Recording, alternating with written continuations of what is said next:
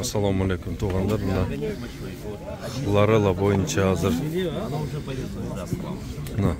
адамдар сөйлеп атат. Бұл өтө денсаулыққа пайдалуу.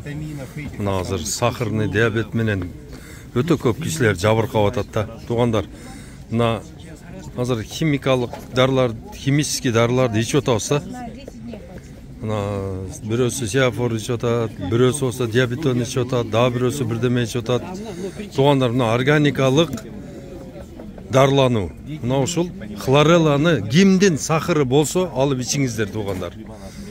Адамды боорун тазалайт, бөйрөктү тазалайт, бул ушунчалык пайдалуу да. Бунун эми хлорелла боюнча эми күндөп түндөп пайдалуулугу жөнүндө айта берсе болот, бирок өзүңөрдө сынап көрүңүздөр.